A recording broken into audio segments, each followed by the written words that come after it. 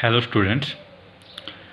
So in the last class we discussed about the image formed by a concave mirror.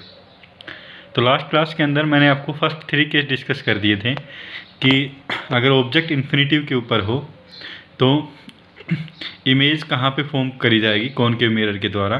तो वहाँ पे मैंने देखा था कि ये कोई भी दो पैरेलल रेज हैं, क्योंकि अगर ऑब्जेक्ट इन्फिनिटी पे होगा तो जो रेज इंसिडेंट होंगी कॉनकेव मिरर के ऊपर तो वो ऑलमोस्ट पैरेलल होगी प्रिंसिपल एक्सिस के, ठीक है। और आफ्टर रिफ्लेक्शन जो रिफ्लेक्टेड रेज हैं वो फोकस पे मीट होंगी, ठीक है। तो image form by the concave mirror if the object is at infinity will be at focus, okay. उसके बाद जो दूसरा केस हमने डिस्कस किया था वो डिस्कस किया था about when the object is between infinity and centre of curvature. तो ये जैसे मैंने यहाँ पे एक ऑब्जेक्ट मान लिया था, तो यहाँ से भी मैंने 2 रे खींचनी है, क्योंकि मेरे को पता है अगर मैं 2 इंसिडेंट रेज को मीट करता हूँ, जहाँ पे 2 इंसिडेंट रेज मीट करती हैं वहाँ पे मेरा ऑब्जेक्ट होता है, और जहाँ पे 2 रिफ्लेक्टेड रेज मीट करती हैं वहाँ पे मेरा इमेज बनती है, ठीक है। तो यहाँ से मैंने जैसे कि फर्स्ट इंसिडेंट रेज मान ली which is parallel to the principal axis, so this incident ray is going to pass through the focus. Second incident ray is let's say it is passing through the centre of curvature.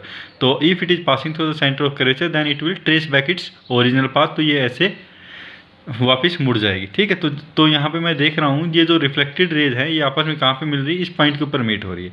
तो ये point B था, तो ये बन जाएगा मेरा B dash point. अगर मैं इसको ऊपर की साइड ऐसे खींचूंगा प्रिंसिपल एक्सिस पे तो ये बन जाएगी मेरी इमेज। तो image of A B will be A dash B dash. तो यहाँ पे आप देख सकते हैं कि if the object is between infinity and centre of curvature the image is going to be form between the focus and centre of curvature, okay. And the size of the image will be small in comparison to the object as well as it is inverted, okay. And image formed by and image form is real because these reflected rays are actually meeting at some point, okay. उसके बाद तीसरा जो case हमने discuss किया था वो discuss किया था कि when the object is eight centre of curvature. अगर ऑब्जेक्ट सेंटर ऑफ कर्वेचर पे था तो वहाँ पे भी मैंने देखा था कि एक रे पैरेलल जा रही है, फोकस से पास होगी, ये जो रे है ये फोकस से पास हो रही है तो ये पैरेलल हो जाएगी, ठीक है। तो यहाँ से सिमेट्री से हम देख सकते हैं कि इफ द ऑब्जेक्ट, तो ये जो रिफ्लेक्टेड रेज हैं ये कहाँ पे मीट होंगी, ये सेंटर ऑफ कर्वेचर पे ही मीट होंगी, ठीक है। तो if the object is at infinity if the object is eight centre of curvature the image is going to be formed at the center of curvature itself, okay. And size of the image will be same as that of the object, it is real as well as inverted, ठीक है। तो ये 3 case हम already discuss कर चुके थे last class में। तो आज हम 4th केस डिस्कस करने वाले हैं। तो हमने ऑलरेडी देख चुके हैं कि the object is at infinitive तो कहाँ पे इमेज फॉर्म होगी, फोकस के ऊपर। If the object is between center of curvature and infinity then the image is going to form between focus and center of curvature. And if the object is at center of curvature then the image is going to form at the center of curvature. तो अभी जैसे infinity से start किया था और हम आगे की तरफ बढ़ते जा रहे हैं ऑब्जेक्ट को लेके।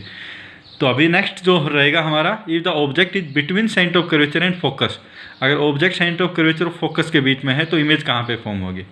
तो उसके लिए भी वो सिमिलर प्रोसेस रहेगा कि सपोज कर लो कि ये मेरा जो ऑब्जेक्ट है विच is between centre and focus, तो ये मेरा ऑब्जेक्ट है ए बी।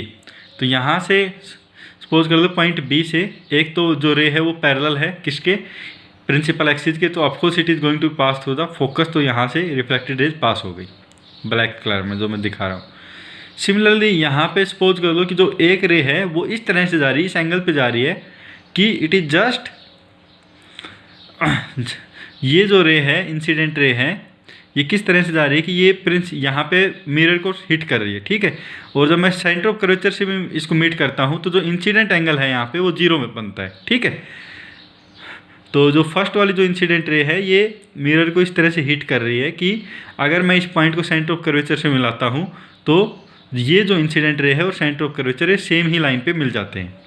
तो इसका मतलब क्या है कि ये लाइन जो है, जो लाइन 1 है ये अगर हिट कर रही है तो यहाँ पे इंसिडेंट एंगल 0 है, ठीक है। तो रिफ्लेक्टेड एंगल भी 0 होगा। इसका मतलब ये जो रे है ये अपना पाथ फॉलो करेगी, सेम पाथ जिस पाथ से आई थी इंसिडेंट रे उसी पाथ को फॉलो करते हुए वापस लौट जाएगी। तो ये रहेगा इसका पाथ किस का, रिफ्लेक्टेड रेज का पाथ। तो ये रिफ्लेक्टेड रेज ऐसे करते हुए जाएगी, ठीक है।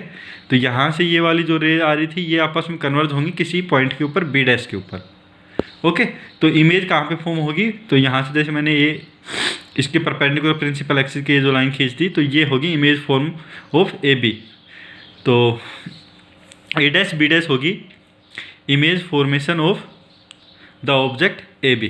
तो यहाँ पे आप देख सकते हैं कि मेरा ऑब्जेक्ट जब फोकस और सेंटर ऑफ कर्वेचर के बीच में था, तो मेरी जो इमेज फॉर्म हो रही है वो सेंटर ऑफ कर्वेचर से दूर फॉर्म हो रही है, away from the centre of curvature. Size of the image is यहाँ पे लार्जर देन द ऑब्जेक्ट है। अब फर्स्ट जो 3 केस थे उसमें size of the image is इधर स्मॉलर देन द ऑब्जेक्ट और इक्वल टू द ऑब्जेक्ट। यहाँ पे आप देख सकते हैं जब ऑब्जेक्ट, जैसे जो ऑब्जेक्ट है वो अगर फोकस और सेंटर ऑफ कर्वेचर के बीच में है, तो जो इमेज होगी वो सेंटर ऑफ कर्वेचर से दूर बनेगी और इमेज की साइज ग्रेटर देन होगी किससे, ऑब्जेक्ट की साइज से, okay.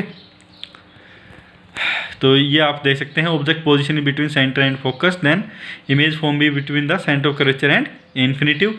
Real image will be there, in large will be there because the size is more than the object size as well as inverted. तो यहाँ पे जैसे ए बी देख रहे हैं, तो यहाँ पे क्या आई है आपकी A dash B dash, okay. So this is A dash B dash.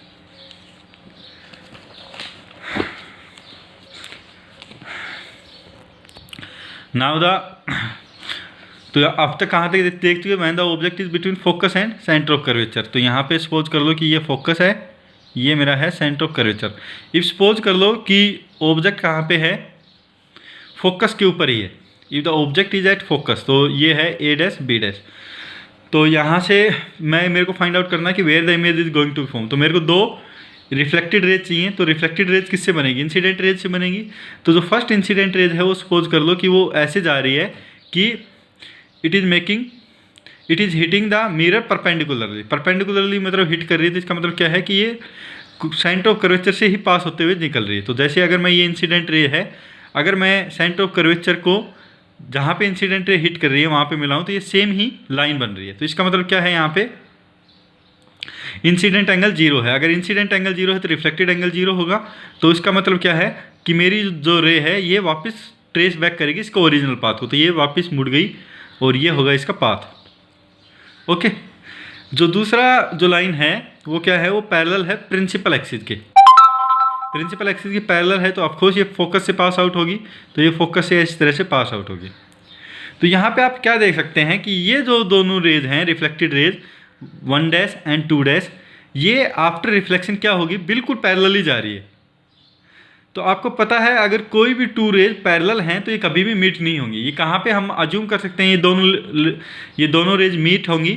ये दोनों रेज हम अज्यूम कर सकते हैं if they are parallel to each other that they will meet at infinitive, okay. So if the reflected rays are meeting at the infinitive, so I can say the image is going to form at the infinitive. So if the object is at focus, the image form will be at infinitive and nature of the image will be what, real और virtual, क्योंकि हमको नहीं पता कि ये कहाँ पे meet होंगी, ठीक है। तो हो सकता है कि पीछे भी मैं इनको खींच सकता हूँ। तो पीछे की साइड अगर जा रही तो आप पीछे भी मान सकते हैं ना कि ये डॉटेड लाइन पीछे से जा रही, तो वहाँ पे भी पैरेलल ही होंगी। तो ना तो मैं इनको रियल बोल सकता हूँ इस इमेज को, ना ही मैं वर्चुअल बोल सकता हूँ, okay. Image will B of infinitive large, क्योंकि जहाँ पे मीट होंगी वहाँ पे ऑफकोर्स ये इन्फिनिटिव पे जाएंगी, तो ये जो डिस्टेंस है इन दोनों रेज की प्रिंसिपल एक्सिस से परपेंडिकुलरली वो बढ़ती जाएगी। तो जो साइज होगी वो भी क्या हो जाएगी इसकी, इन्फिनिटिवली लार्ज हो जाएगी and inverted. So I hope it is clear.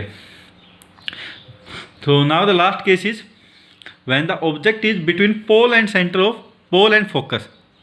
तो अभी तक हम क्या देख चुके हैं, when the object is at center of curvature, when the object is at center of अब तक हम डिफरेंट केस, फर्स्ट जो केस देखा था object is at infinitive, then between infinitive and centre of curvature, then at centre of curvature. Fourth case देखा था between the focus and centre of curvature. Fifth case हमने देखा when the object is at focus. जो last case देख रहे हैं, six case, वो हम देख रहे हैं when the object is between focus and pole. तो यहाँ पे कोई ऑब्जेक्ट है A dash B dash which is between focus and pole. तो यहाँ पे ऑफकोर्स मेरे को 2 incident rays and 2 reflected rays चाहिए। तो फर्स्ट इंसिडेंट रेज सपोज कर लो कि वो पैरेलल है प्रिंसिपल एक्सिस के। अगर पैरेलल है तो आपको पता है कि ये कहाँ से पास आउट होगी, फोकस से पास आउट होगी, तो ये होगी रिफ्लेक्टेड रे।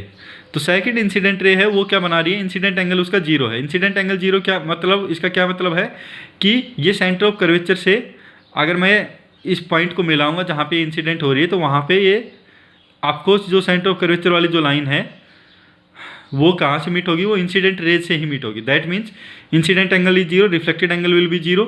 तो ये अपने ओरिजिनल पाथ को ही ट्रेस बैक करेगी, तो यहाँ से वापस ही मुड़ जाएगी और इस तरह से ये वापस चली जाएगी क्या, रिफ्लेक्टेड रेज। तो ये होगी 1 डैश लाइन और ये क्या होगी मेरी 2 डैश लाइन। तो यहाँ पे आप देख सकते हैं कि ये जो 1 डैश और जो 2 डैश लाइन है ये डाइवर्जिंग इन नेचर है, ठीक है। तो इसका मतलब ये डाइवर्ज हो रही है तो कहीं पे भी मीट नहीं होंगी। अगर मैं आगे पाथ ट्रेस करूँ तो ये दोनों जो लाइन है इनके बीच की जो डिस्टेंस है वो बढ़ती जाएगी, ठीक है। तो अगर मैं इनका कन्वर्जिंग पॉइंट देखना चाहूँगा तो ये कन्वर्ज कहाँ पे होंगी, ये जो रे है अगर मैं इनको पीछे की साइड ट्रेस बैक कर दूँ डॉटेड लाइन से और इसको पीछे की साइड जो लाइन 1 डैश और 2 डैश को पीछे की साइड एक्सटेंड कर दूँ, 2 डैश को पीछे की साइड एक्सटेंड कर दूँ, तो ये दोनों जो लाइन है ये बी डैश पॉइंट के ऊपर मीट हो रही है, ठीक है। तो बी डैश पॉइंट के ऊपर अगर ये मीट हो रही है तो that means the image is going to be form at B dash. तो यहाँ से मैंने ये परपेंडिकुलर डॉटेड लाइन खींची तो ये हो गया आपका ए डैश बी डैश। तो मेरी इमेज कहाँ पे फॉर्म होगी, वो फॉर्म होगी पॉइंट, वो फॉर्म होगी कहाँ से, जैसे वो फॉर्म होगी at the point A dash B dash, okay. तो इससे पहले जितने भी हमने केस किए थे तो ऑब्जेक्ट भी जो ऑब्जेक्ट और इमेज दोनों एक साइड फॉर्म हो रहे थे, लेकिन इसमें क्या है, ऑब्जेक्ट मेरा लेफ्ट हैंड साइड है मिरर के, तो जो मेरी इमेज फॉर्म हो रही है वो राइट हैंड साइड पे फॉर्म हो रही है इमेज के, सॉरी मिरर के, ओके। तो object and image they are actually forming on the opposite sides of the mirror. तो ऑब्जेक्ट मेरा इस साइड है तो इमेज मेरी दूसरी साइड बन रही है, ठीक है। तो ये केस कब होगा, जब object is between the focus and the पोल।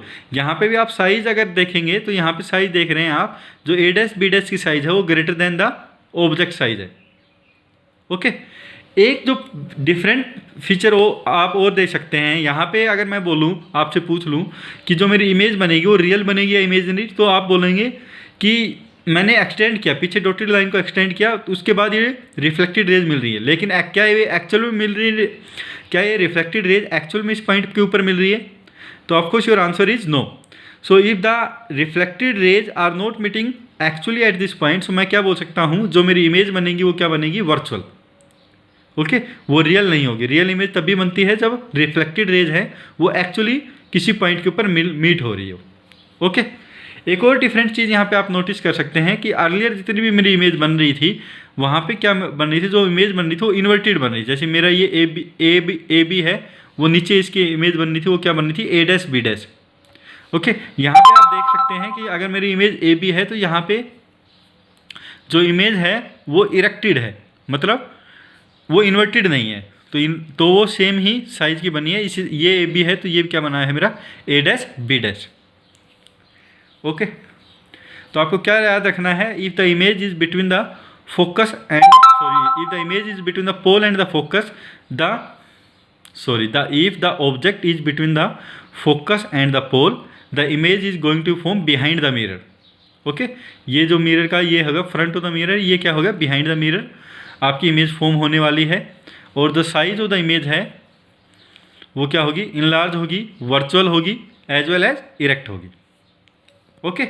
तो ये पर्टिकुलर केस आपको याद करके रखना है कि sometime they suppose I ask you that where the object should be place in case of the concave mirror such that I should get the virtual image, तो आपका आंसर होगा कहाँ पे, between focus and pole, okay.